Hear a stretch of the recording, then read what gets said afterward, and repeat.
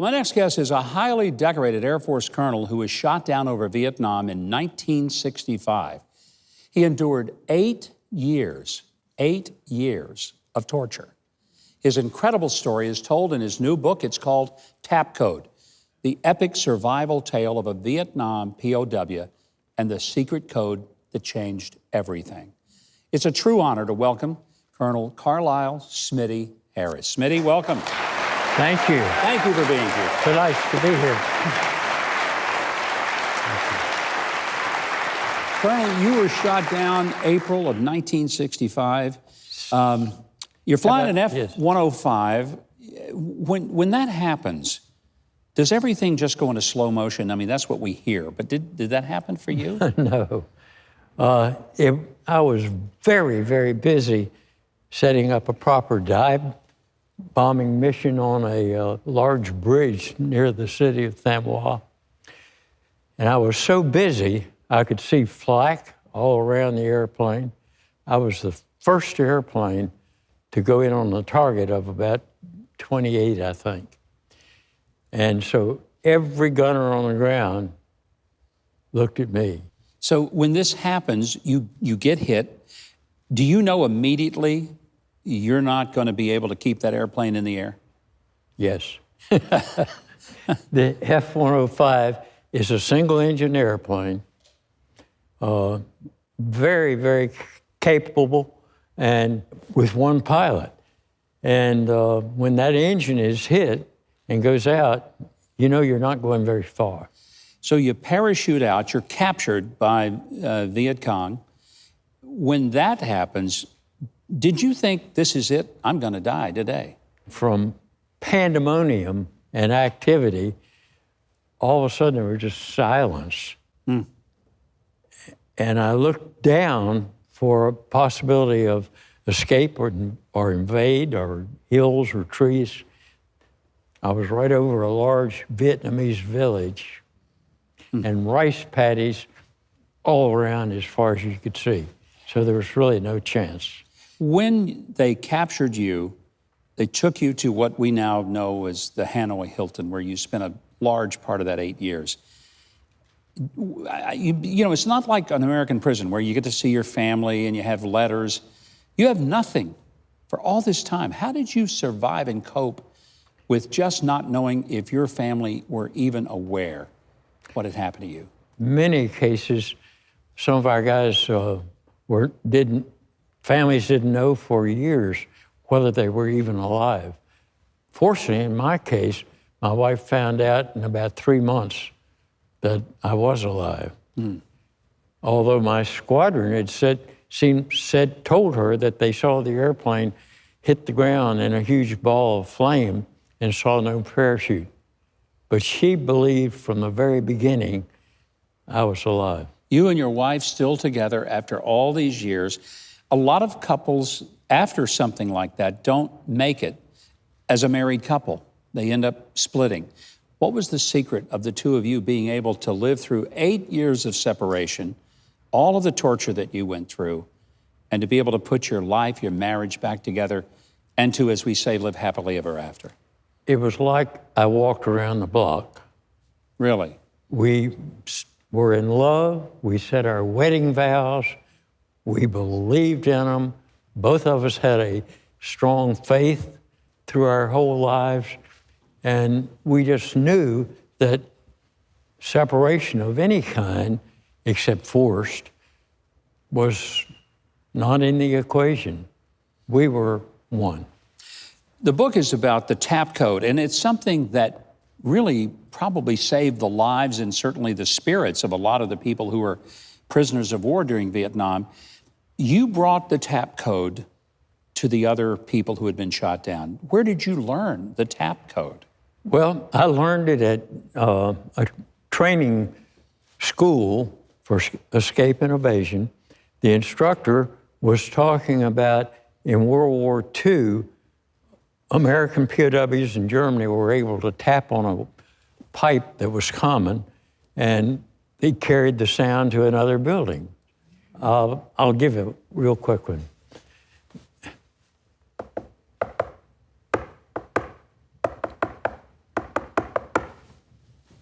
I think you said, it is so much fun being on the Huckabee Show.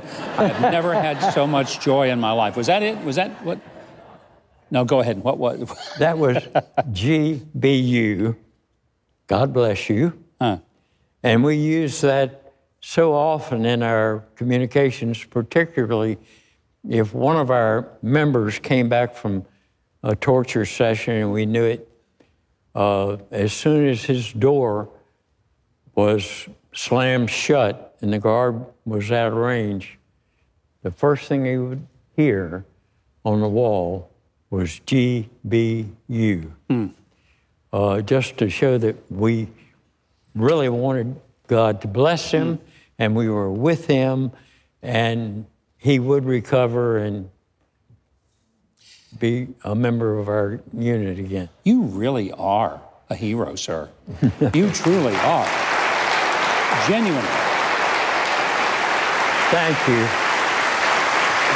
All of us tried our very best to do what we knew we should do and try to do it the best way we could.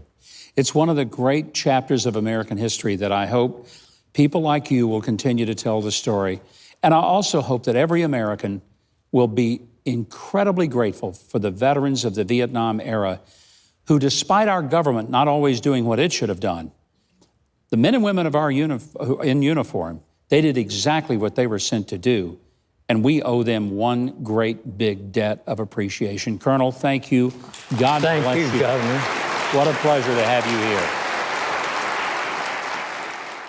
On April 4th, 1965, then Captain Carlisle Smitty Harris took off from the Korat Royal Thai Air Force Base on a bombing mission into North Vietnam. His F-105 Thunder Chief was hit, and he was forced to eject before the airplane came apart. His wife Louise was in Okinawa with their 2 girls and a baby on the way. The next morning at 6:30, my phone rang, and it was my mother calling from the States. And she opened the conversation by saying, "I'm so sorry, darling." And I said, "What?" And she said, "Smitty's been shot down, and they don't think he made it." Ordinarily, when something like this happened, the family was shipped out. But Louise was well into her pregnancy, and she had the support of the squadron, so she knew her family was better off staying until she delivered their 3rd child. "I am here to have this baby, and this is my 3rd child, and you will be keeping me." And about that time, Dr. Franklin walked in, and he said, "Oh, for God's sakes, take her back there and let's check her." And 45 minutes later, Lyle was born. And when he said, "Miss Harris, you have a beautiful baby boy." And I said, "Oh, don't be silly, I only have little girls." But Lyle had arrived, and he was a wonderful, wonderful gift. After Lyle was born, Louise decided to return to Tupelo, where her sister and her sister's family lived. Her first obstacle, once stateside, was getting a young lieutenant to call the Secretary of the Air Force over pay issues. And he said, "Well, Mrs. Harris," he said, "I think you're being unreasonable." I said, "No, sir, you are being unreasonable. And I do have a power of attorney. I can sell these children if I want to, but I'm not going to. They are mine to take care of, and that's what I intend to do, and this is what my husband intended me to do. We are legally married, and I want and intend to get this settled this afternoon. I'm very tired. I need rest, and I need to take care of my children." And he said, "Okay, Miss Harris, I'll get back to you." Well, he called me back within an hour, and he said, "All right, Mrs. Harris, we've got this worked out." And evidently he'd called Colonel Cardenas and realized I was responsible. So anyway, that was my first hurdle to get over. There were so many things to worry about, but on the surface, I had to be upbeat because of the children. So there were lots of issues, but the main ones that I felt were with our own government because they weren't being aggressive enough to get the men out. One day in August of 1965, Louise received a phone call from the Tupelo postmaster telling her to meet him at the back door of the post office and he would give her a letter. The North Vietnamese let a few POWs write letters in hopes of convincing the public they were complying with the Geneva Conventions. While most of the letters were never mailed, Smitty's letter was smuggled out by a British diplomat. So I got a letter early on, and I knew it was confirmed that he was now detained by hostile forces. One of the rare real letters, a full letter, of course they had censored it, but it was from him. It was in his own hand. And it said he was alive, that he was being well treated. I loved her and the kids, and for them not to worry that when we got back together, everything would be just as it He was going to be fine. had been. And that he looked forward to coming home to us. And, you know, it was just a very generic letter, but it was his own handwriting, and it looked beautiful to me. So I read it, and then I called and read it to Smitty's parents and my parents, and there was wild celebration, and the children were ecstatic. During a tree planting ceremony to honor local prisoners of war, Louise was told that Smitty was coming home, and after 2,871 days of captivity, Smitty was among the first POWs released, and he began his trip home. You know, the night they showed him coming down the runway, down the gangplank at Clark, and we knew they were going to be calling us, and people kept calling and calling and calling, and I was just frantic. You know, we didn't have cell phones and all that back then, and I kept saying, I can't talk to you, I can't talk to you, I can't talk to you. I'm waiting for Smitty to call. And so when Smitty's escort officer was Rudy Durbano, and of course I knew Rudy well, and I said, Rudy, I can't talk to you, I'm waiting for, he said, don't hang up, I've got him right here. And, I always knew everything was going to be okay between us, but in that moment, I thought, oh, please, God, just let him say something that lets me know that he feels the way I do. And when Rudy Durbano handed me the phone with Louise on the other end, the first thing I said was, hi, Jane. This is Tarzan. Oh, my goodness, I can't tell you how I felt, because it had always been a joke between us. And I thought, everything is perfect. The decade-long war in Vietnam was the longest America had ever fought, and the only foreign war America never won. 540,000 American troops went to battle. More than 58,000 were killed, and over 300,000 wounded. Twice as many bombs were dropped on the enemy than the combined United States and British bombing of Germany in World War II. Price paid in Treasury exceeded $150 billion. In a cause lost more at home than on the battlefield, the reasons for containing communism, first enunciated by President Truman and later implemented by Presidents Kennedy and Johnson, was undermined by voices at home that screamed protest and urged withdrawal. It not only divided our citizens, but encouraged our enemies to inflict even greater atrocities on American prisoners of war.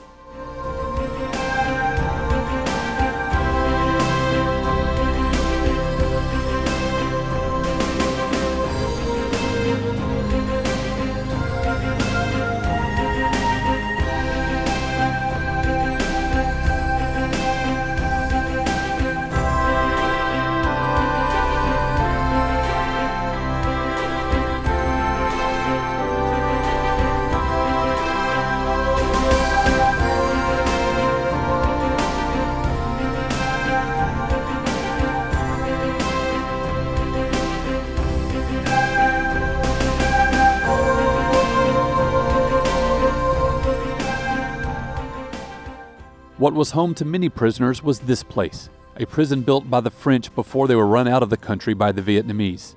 Our prisoners called it the Hanoi Hilton. A knock on the door usually meant a beating or a sadistic interrogation. The cells were dank, barren, and shuttered from the sunlight. Communication between them was accomplished by a tap code the prisoners invented. Mostly, the cells were sullen places with a foreboding silence broken often by screams of pain, and there was plenty of that to go around.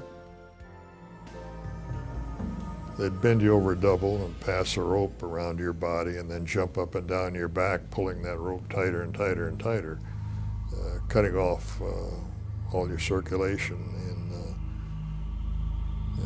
And after a short time, it became extremely painful.